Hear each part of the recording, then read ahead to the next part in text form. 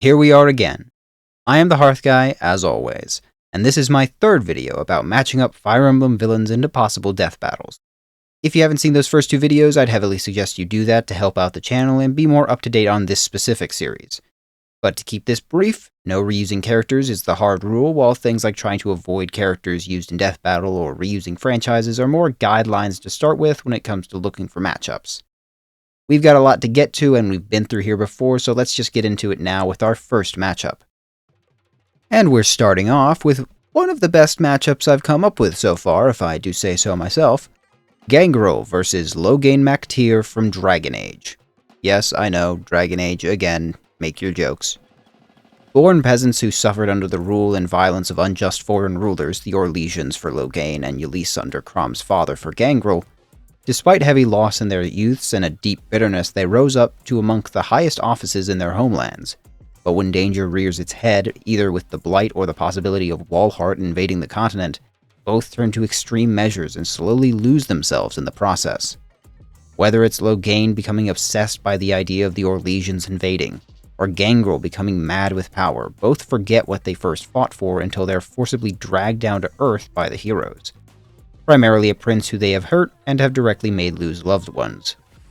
While said prince and most members of the heroes never forgive them, and they can just outright die if you choose to, they're able to atone for their past misdeeds by dedicating what remains of their lives to fighting the enemies that they should have been fighting in the first place. Right. I'm gonna have to not let Dragon Age into this series again, or else it'll rival the number of characters from Tales of I used in my last Death Battle series. However, this is a really good matchup, with a lot of good comparisons and for once, kits between two characters being pretty even. Loghain is a veteran warrior and commander who comes with the champion specialization, a specialization that gives him a slew of abilities for instilling fear into his enemies, such as the War Cry ability that debuffs nearby foes and can knock them off their feet once upgraded by the superiority skill.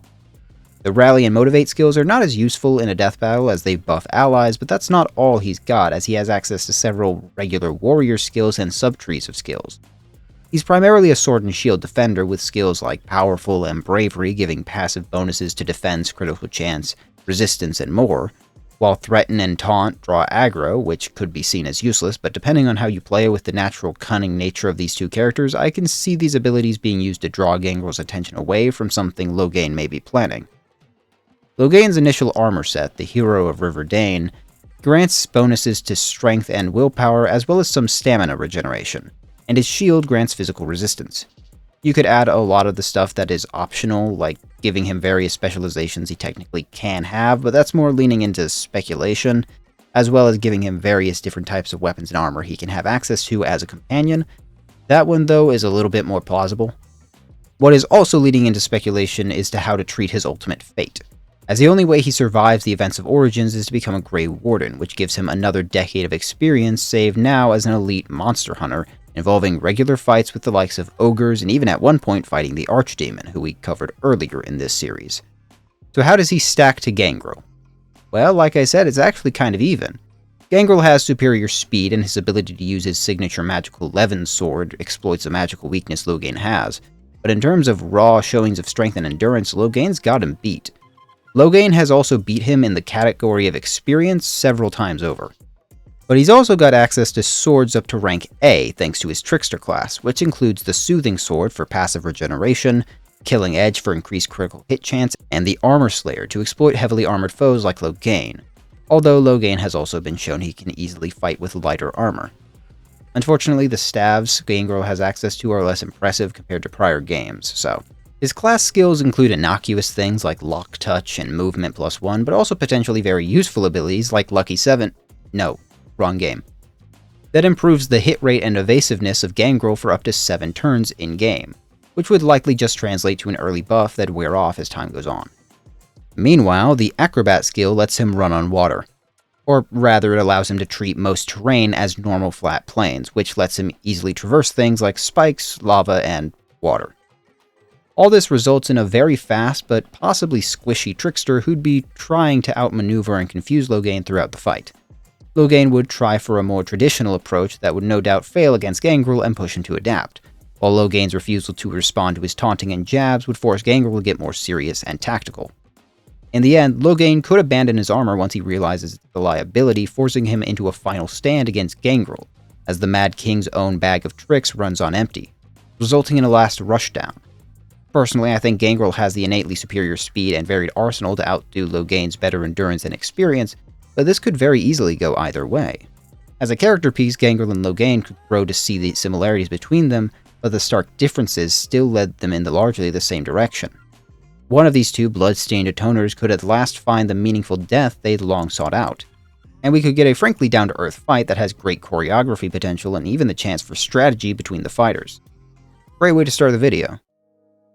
The next major awakening villain is, of course, Walmart vs. Amazon, blue-themed overlords that are out to expand their influence and destroy mankind's faith in a higher power. Wait, what? Oh, okay. Walhart vs. Gustadolf from Triangle Strategy. Red-themed overlords that are out to expand their influence and destroy mankind's faith in a higher power.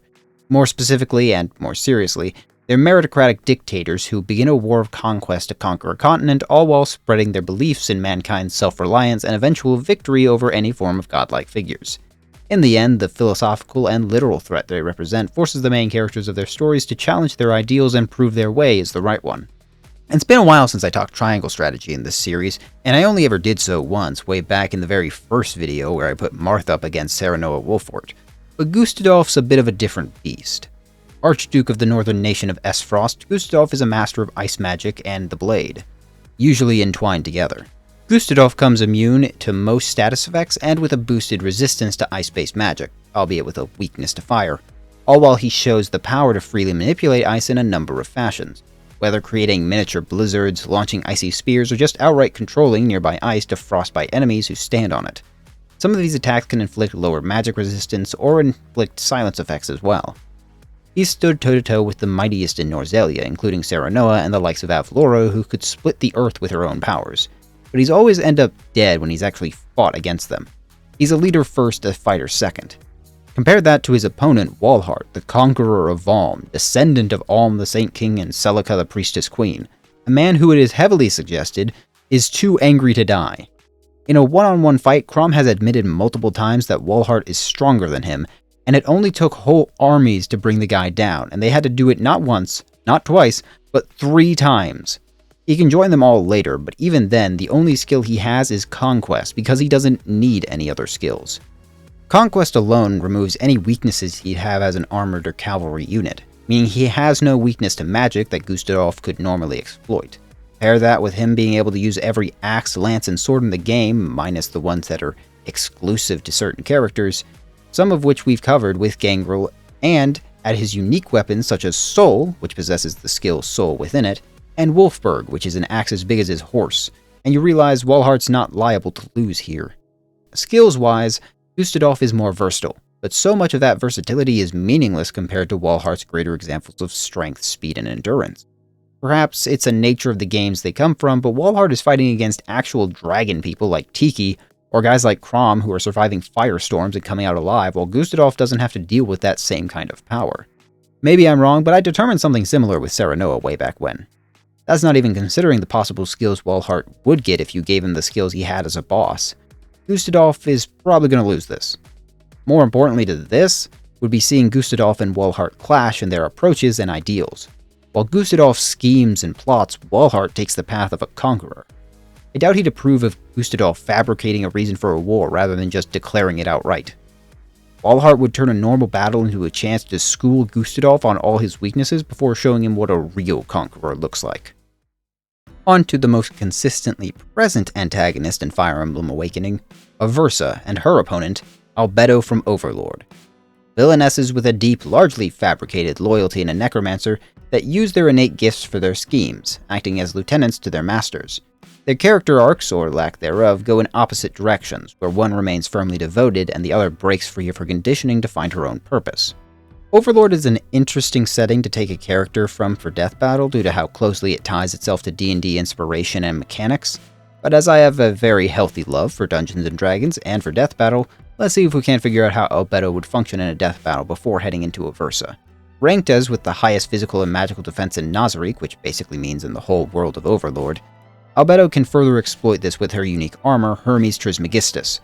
which comes in 3 layers and boasts incredible high physical defense, the innermost layer of which boosts her physical abilities, but otherwise it has no inherent magical effects. This is to exploit Albedo's unique ability to transfer any and all damage 3 times a day to her armor instead of herself, allowing her to survive super tier magic, which regularly is strong enough to wipe out forests off the map or kill thousands in an instant. She has several magical abilities as well, such as Counter Arrow, which redirects projectiles to target its launcher, Binding Magic to hold an opponent in place, abilities that inflict poison or sleep, and the world item Gnunga Gap, which specializes in doing widespread terrain and obstacle damage, though it's noted as being ineffective against individual targets. However, many of these defenses are for physical attacks, which opens a weak spot for Aversa to exploit, seeing as she is most gifted in magic, especially dark magic, which she can use as an innate talent that allows her to use spells without needing to be a dark mage. Based off Fire Emblem Awakening lore, this likely means that instead of needing to maintain negative emotions like most dark mages of Plegia, Aversa can just freely use dark magic and curses due to her shadow gift, which, besides the actual spells we'll get into, could include seeing the dead, predicting the future, inflicting painful curses upon another, and much more if Tharja and Henry are to be taken as examples. What we know she can do is summon Risen in large numbers and even command the Dead Lords, unique Risen who were once legendary generals and each wield all-powerful spells and items such as Vol Flame or Balmung. Her relief skill grants her 20% health regeneration so long as she can maintain her distance from Albedo, though that could prove to be difficult. Her rally movement skill surprisingly could be useful if we implement her Summonable Risen, which each could in turn help whittle away at Albedo's armor and trump cards. Since Aversa becomes freed from Valadar's memory alteration and joins the Shepherds, she can wield up to A-rank lances and tomes of all sorts, which includes a wide assortment of elemental and dark spells, from the laser-like Thoron lightning spell, the far-reaching Mire spell, the self-healing Nosferatu, and her signature spells, Goetia, which is the statistically most powerful tome in the game, and Aversa's Knight, which is a boosted version of Nosferatu, with greater damage dealt and therefore greater health repaired. The feasibly army of disposable enemies combined with Aversa's versatile magic weapons could be something that Albedo's defenses wouldn't be able to account for quite as well, including Aversa having more than enough just to burn through Albedo's armor and trump cards. This suggests to me that Aversa would have the advantage. Besides that, the scaling in Awakening is naturally higher than that in Overlord, so it can be assumed that Aversa has more impressive feats of strength. I don't have much of an idea for the whys and hows of these two getting into a fight, nor how the dynamic might play out. But it'd of course have to have the breakdown of Albedo slowly realizing she's being outplayed and overpowered by a lowly human, which is a state of superiority Aversa would revel in. Valadar vs. Aster, the villain of Legend of Zelda: Age of Calamity. Dark mages devoted to lords whose resurrection they seek to make come to fruition, as they desperately believe is the natural course of fate. In terms of matchups, I personally think it's kind of stale, but it's the best I could find for Valadar, and considering I don't really care about Valadar, that's just fine with me. Aster's primary gimmick appears to be the usage of an energy called Malice to attack, creating copies of the 4 champions and copying those abilities, as well as generally being able to mold Malice freely to form force fields, weapons, and attacks. He can also tear out souls and can shapeshift into Malice itself to possess technology and control it, which would have to be limited to the kinds Astor has, because Valadar has no technology to speak of. Valadar instead is a sorcerer and conduit of Grima's power, able to teleport and mold dark energy in a way most can't, even to the point of manipulating the mind. Though he's far from powerful, as he required saving by Grima at least once, and is almost always beaten whenever fought. If we account for his lunatic stats, his renewal skill can grant limited regeneration, and Dragon Skin is boosting his defenses dramatically by halving all damage. Versatility-wise, he's far more limited compared to what I could find for Aster. However, if we look at their worlds and their feats, Valadar's probably hitting harder. And I think Valadar would be more experienced, though if what I've read is accurate, Aster is faster and has more unique abilities that make him dying more difficult. Therefore, I'd say Aster would win. While again, it's not an exciting matchup to me, it's largely inoffensive. Moving on to a much more exciting one for me, however. Now here's one I'm excited for. Grima, the Fell Wings of Despair vs. Nagash, Supreme Lord of the Undead from Warhammer Fantasy. Ancient godlike beings who originate from desert kingdoms that eventually fell to ruin, whether by their own power or not, and are the result of foul experimentation that sought to seize the power of a god. They were defeated but never truly killed, and would rise again and again only to be put down. But at least in some timelines, they would secure absolute victory and destroy the world, whether intentionally or not, and their goals to overwhelm all life with undead would either nearly or actually come to completion, with their victory only being thwarted by gods and their champions screwing with the natural order to overcome them. So, in the world of Warhammer Fantasy and Age of Sigmar, which are technically two different things, scaling can get kind of wacky once you hit a high enough tier. Nagash at his zenith is a god and incarnation of death and undeath, who claims the souls of all things and can kill anyone tied to death magic. An argument could be made that he could instantly kill Grima without a second glance, but A, Death Battle has shown how stomps can still be entertaining, and B, that interpretation requires Grima to work by the same rules as Nagash does, which he doesn't. But to start, Nagash's range of magic is vast, such as his power, and he can fine-tune his undead servants to be exceptionally competent and even sentient to a degree. The Osiarch Bone Reapers, for instance, are wholly self-thinking, and they just serve Nagash, who created them, as his elite soldiers. As for Nagash, he can usually just keep resurrecting his minions as many times as he needs to, funnel magic energy into himself and his domain to keep this up, and mold magical energy freely. Before the Age of Sigmar, this power was great, but still limited to the physical realm.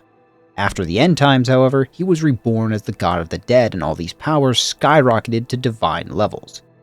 I suppose it depends on which version Death Battle would use, but either way, he retained such powers as creating country-spanning darkness, rapidly aging his targets, which would be useless against Grima, but still, and many different ways of manipulating the mind or dreams.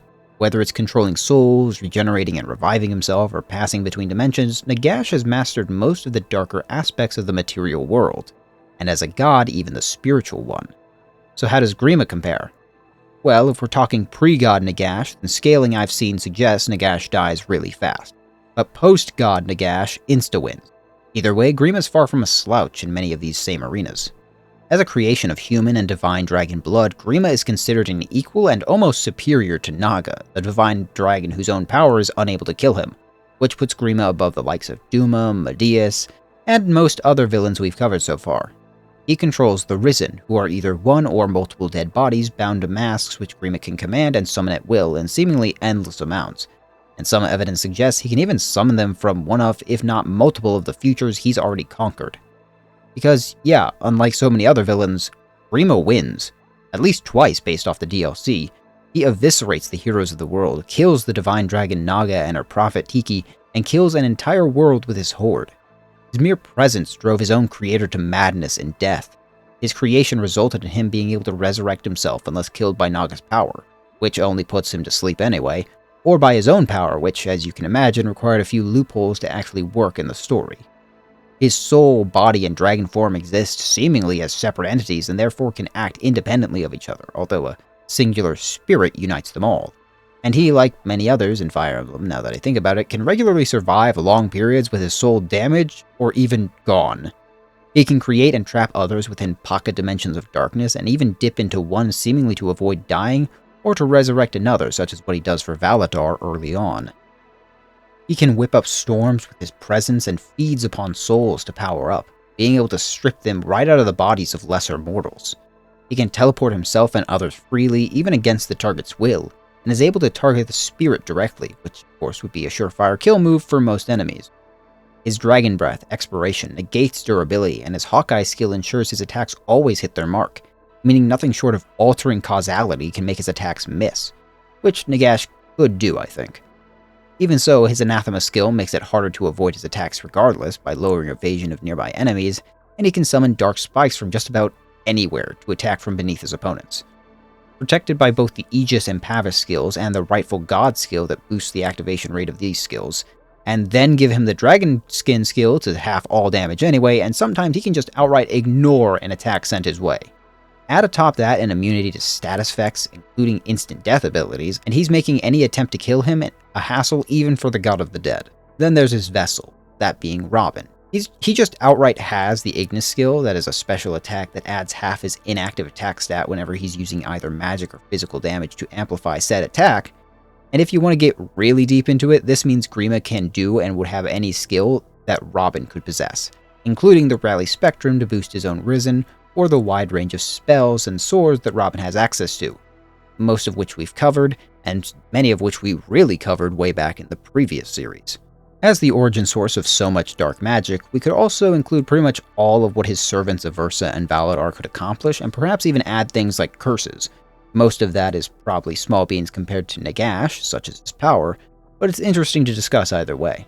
Now, for the fight dynamic. These two titans can get into a fight because Nagash realizes that a certain someone is devouring souls on a planetary scale, which angers him as the master of the dead, since all those souls are supposed to go to him. They can begin at human scales in their vessels, but over time grow to greater and greater sizes until a continent-sized storm swirls around them while their miles-long bodies throw literal waves of undead at one another, and they feast on the countless casualties from their clash. Both of them are some of the pettiest characters known to man, so it would be unceasingly funny to see how they use their abilities and armies to screw with each other, and take as many souls for themselves. It's kind of a funny thing that it's so clearly delineated between pre-godhood and post-godhood Nagash, as most of what I've seen points to him stomping as a full Age of Sigmar god, while Grima outclasses him when he's in his pre-Age of Sigmar form. But some of the Age of Sigmar stuff appears to be kind of implied rather than stated, based on what I could see, but it also touches on some really high concept stuff that I'd rather not bang my head against a wall trying to figure out too deeply, so let's leave it at that. Still, an excellent death battle concept if I've ever seen one. Into the Fates villains, we first speak of Iago, the cowardly tactician to King Garen, and the most prominent menace to most of the Fates routes. So we're pairing him up against Shang Tsung from Mortal Kombat. Smug and conniving illusionists and right-hand men for major antagonists whose schemes cross the line between just doing their jobs and outright betraying their kings.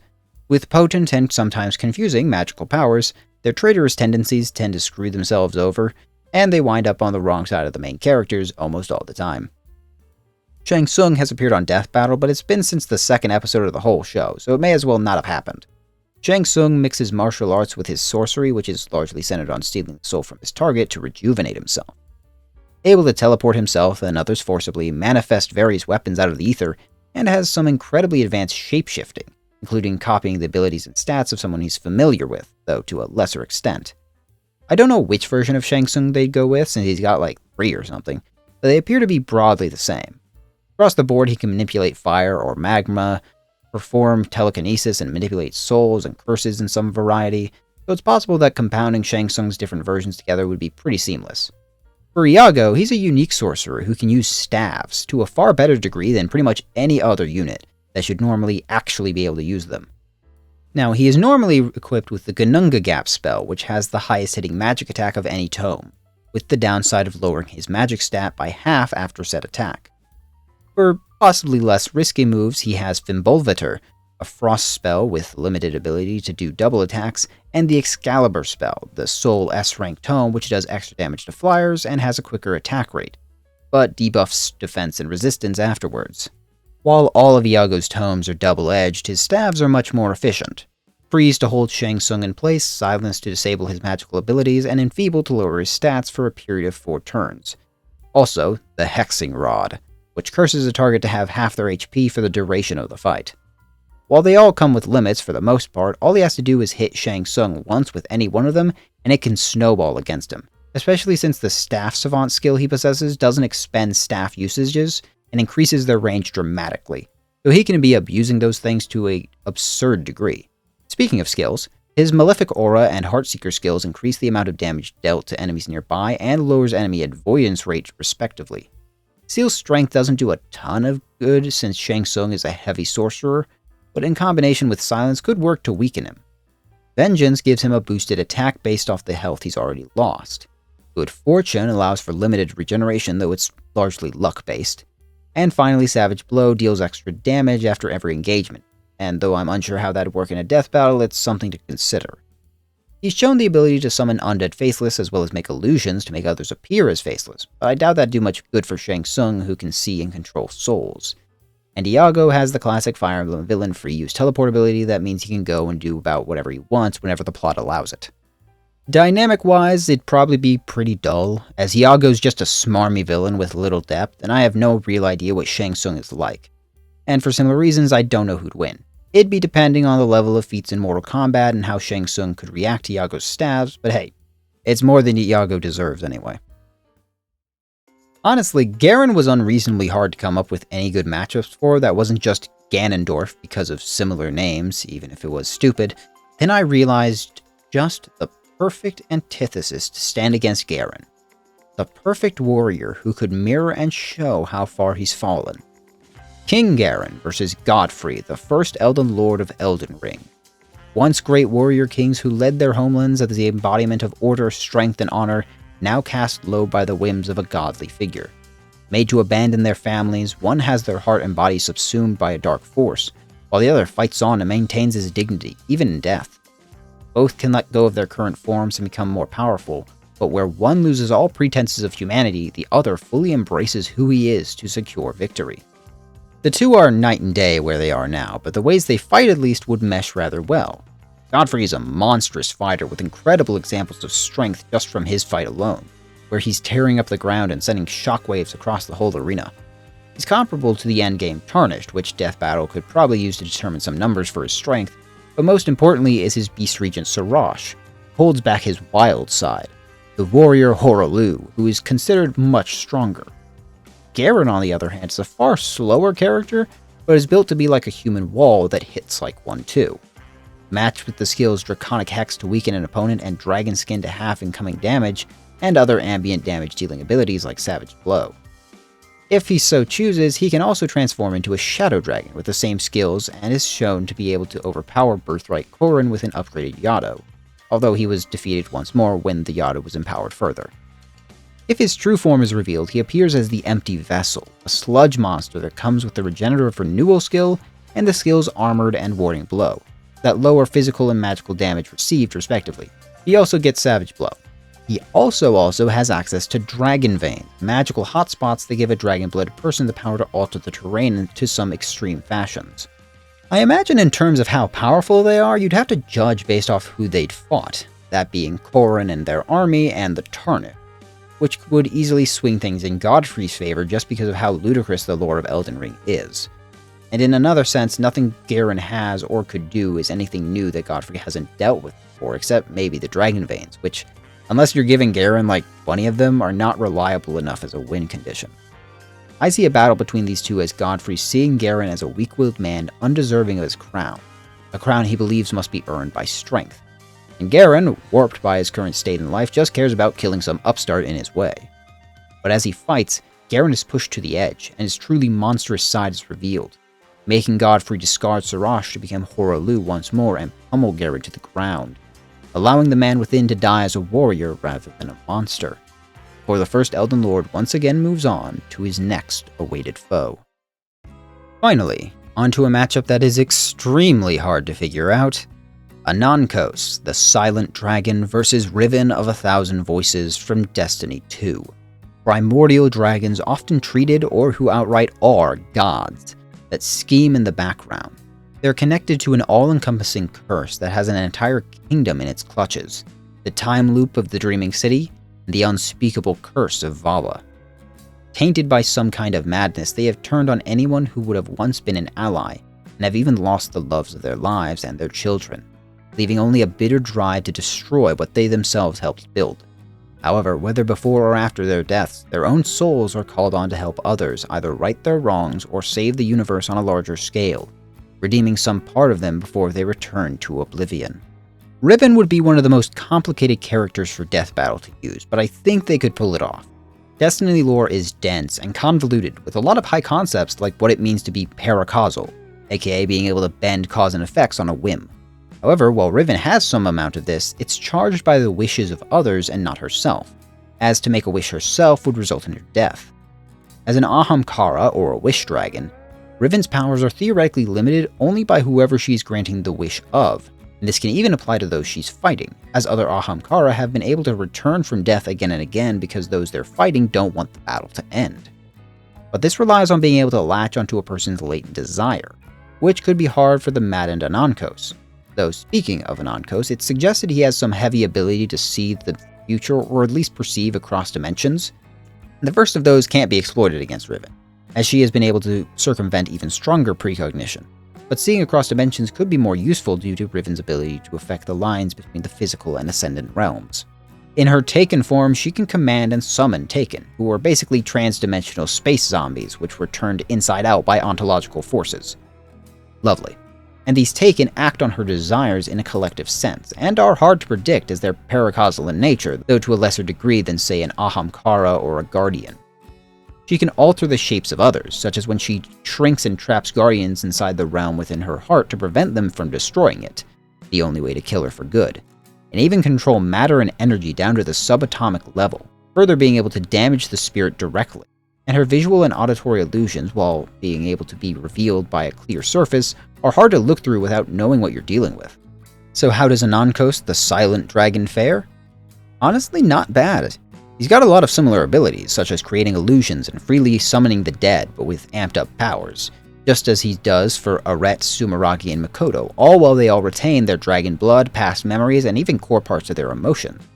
His disembodied soul, which was a mere fraction of his own power, was able to teleport and see across dimensions and had the power to restore the whole future world that Grima annihilated, even creating graves for the dead, although he lacked the power to revive them. This was a wish he granted to 3 heroes he brought from that world to help fight his other half. He can manipulate, damage, and create souls, such as when he created his daughter Lilith, even tearing what remained of his own soul from his body, leaving whatever his maddened half is with seemingly no less amount of power. And with no soul suggests that any soul-based damage wouldn't work on him. He can create massive black holes that can act as gateways to his personal in-between pocket dimension where he's far more powerful. As a first dragon and considered the god of dragons in his world, he can be comparable to Moro, who was able to give Lilith the power to create another pocket dimension filled with dragon veins. Dragon veins he can freely manipulate since, well, dragon. Terraforming would be theoretically effortless for him in most situations, and this can include fireballs powerful enough to dry up whole rivers, reshape the land, and create massive storms. He could attack the minds of others and latch onto their inherent desires and negative emotions to empower and possess them, all while also being able to morph their bodies to suit his desires. His dragon skin can half all damage, and his status immunity makes him immune to status effects. Who knew? Even should his physical body be destroyed, he can persist as the central ball of eyes in his mouth, and even in a humanoid form, seemingly recreating a soul for himself outside his body. Don't ask me, I don't know how it works either. In a fight, things could get very hard to express, as things like Riven's wish magic and Anankos' dimensional creation starts getting implemented. Their abilities to see the future in between dimensions, to manipulate space and time, would start to shatter the bonds between both their realms and force them to fight on an even playing field, as both Riven's domain and Anankos' personal pocket dimension are shattered by each other's power. Even when reduced to just their hearts, the fight would continue as their powers persist, with perhaps even their very souls being all that's left as the fight goes on. I can see a creative solution perhaps where Riven tricks Anankos and gets him trapped in her heart, or somehow uses her wish magic to make him undo himself. But in raw power, I think Anankos would be able to beat her.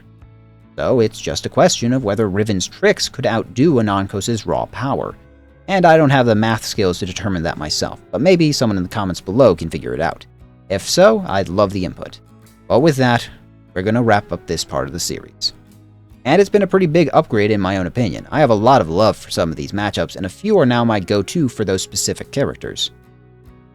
As ever, thank you for watching, and I ask you to like, comment, and subscribe, and share this video around to support the channel and myself. It'd mean a lot. And what also means a lot are my patrons, who have done so much to help me keep pumping out videos as regularly as I can, and encourage me to keep up the work in this nightmarescape of a platform. If you feel like helping me in some way, consider becoming a patron or a YouTube member, but it's all optional. Either way, thank you for watching. I'll see you all next time for the end of this series, in the Switch era, Around the Hearth.